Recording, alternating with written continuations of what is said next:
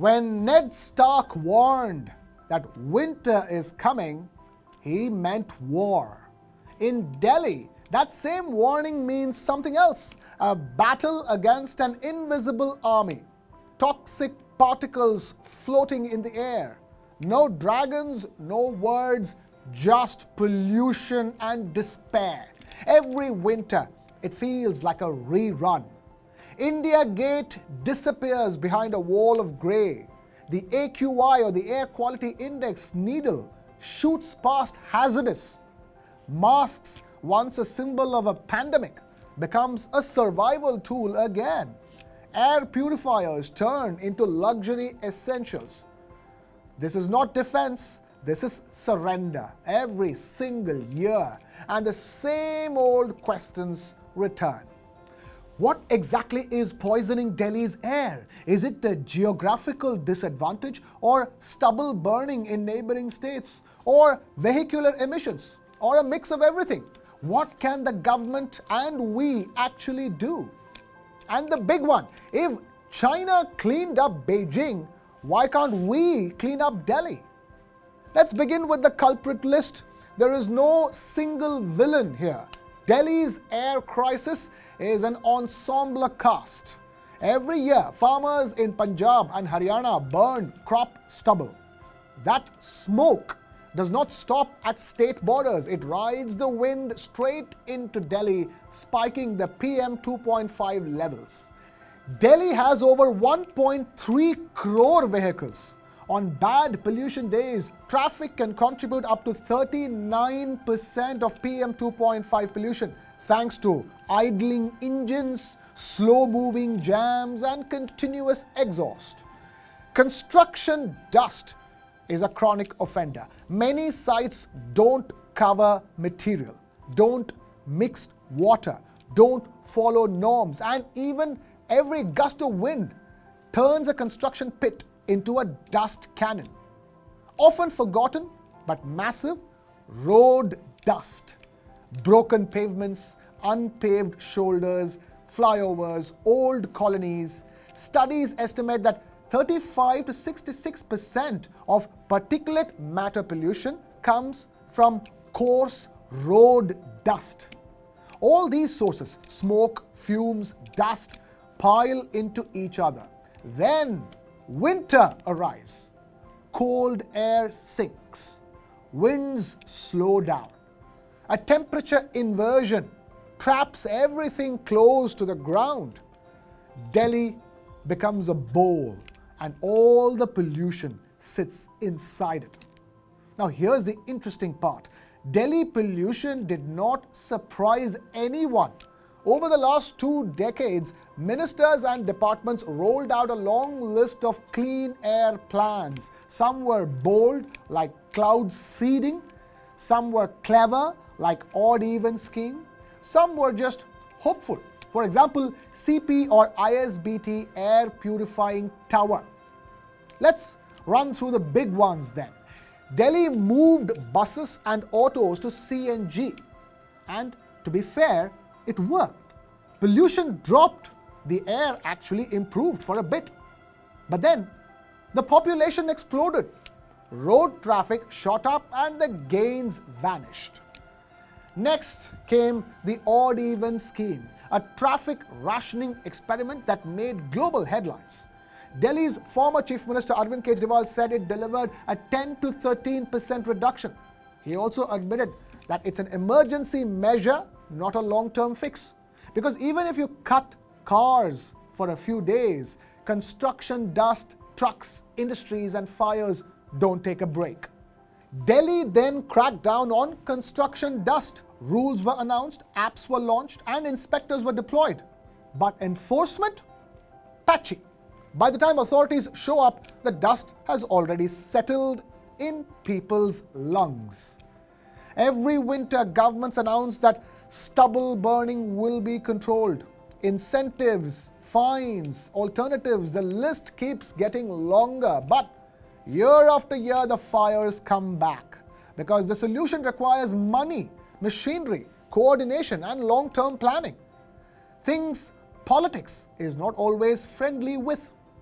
From banning diesel generators to planting trees to the infamous smog towers, we've had more pilots than Air India.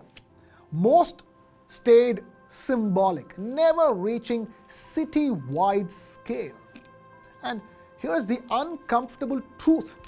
Delhi alone cannot solve Delhi's pollution. Close to 60% of winter pollution comes from surrounding states. Farms, industries, brick kilns, thermal plants, highways, all outside Delhi's jurisdiction. Different state governments, different politics, different priorities. And pollution does not respect borders. Now let's talk about GRAP, or the Graded Response Action Plan. Think of it as Delhi's "if pollution hits this level, do this" rule book. But GRAP has its critics. This year, when the air quality hit severe, many assumed stage 4 of GRAP was active. Turns out that it wasn't. Messages got mixed, people got confused, and when people don't understand the rules, enforcement becomes impossible. Now, after all these years, Delhi's playbook has taught us something. First, let's take a look at what works.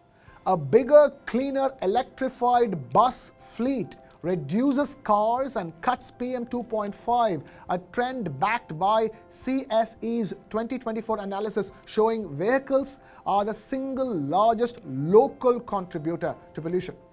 Proper covering, spraying, and real-time monitoring sharply reduce road and construction dust. Delhi's Environment Minister Manjinder Singh Sirsa recently said that over 1,200 construction sites are under real-time surveillance with fines and closures for violations. Cleaner fuels and emission filters reduce harmful gases and particulates, consistent with the IITM's decision support system data linking lower emissions to immediate PM 2.5 drops. Machines like Happy Seeders and direct cash support help farmers avoid burning. Findings supported by multiple Punjab Agriculture University studies showing reduced fire counts where subsidies are targeted. Now, Delhi, Punjab, Haryana, and UP acting together delivers measurable improvement, a pattern reinforced by the Akash project's regional modeling of winter smog. Now let's take a look at things that don't work. Once the air is hazardous, the damage is already done. Medical evidence shows exposure spikes lead to immediate respiratory stress regardless of later curbs. Temporary curbs offer short relief but don't solve systemic issues. And IITM's DSS modeling repeatedly shows only long-term emission cuts significantly lower peak PM 2.5 levels. Pointing fingers between states delayed real solutions and left the public breathing the same toxic air. Delhi alone cannot control fires or industries hundreds of kilometers away, and that's been confirmed by satellite-based attribution. Rules that are not enforced consistently collapse instantly, and that's according to CAQM's compliance reviews showing frequent lapses when enforcement is irregular. Basically, Delhi keeps trying temporary band-aids when the city needs a serious surgery. And now the big comparison everybody loves to make. If China cleaned up Beijing, why can't Delhiites clean up Delhi? Let's break down what Beijing actually did, because the answer is not magic, it's political will plus heavy investment. One of Beijing's winter pollution sources was coal. They replaced coal stoves with electric heating across districts. Entire neighborhoods were switched after door-to-door surveys. Power lines were upgraded. Subsidies were given. Standards were enforced. The scale was massive. Beijing did not act alone. It coordinated with surrounding provinces like Hebei and Tianjin. Industries, power plants, highways all fell under a unified regional clean air plan. Delhi has 4 states sharing its air, and they barely coordinate for more than a season. Beijing did not guess its way out of a smog. It used hard data. Real-time monitoring and PM 2.5 source mapping showed exactly what was polluting the city. Then came strict action. Factories shut, vehicles restricted, industries forced to upgrade or close with immediate penalties. Over a decade, Beijing cut PM 2.5 by more than 40%. Severe pollution days dropped sharply. For China, clean air was not seasonal. It was a national priority. So is it the lack of capital investment or political capital that's missing for Delhi and the National Capital Region? Despite the Supreme Court calling Delhi's toxic air a national emergency, what's keeping the government from acting? And how long until residents of Delhi stand up and say, enough is enough?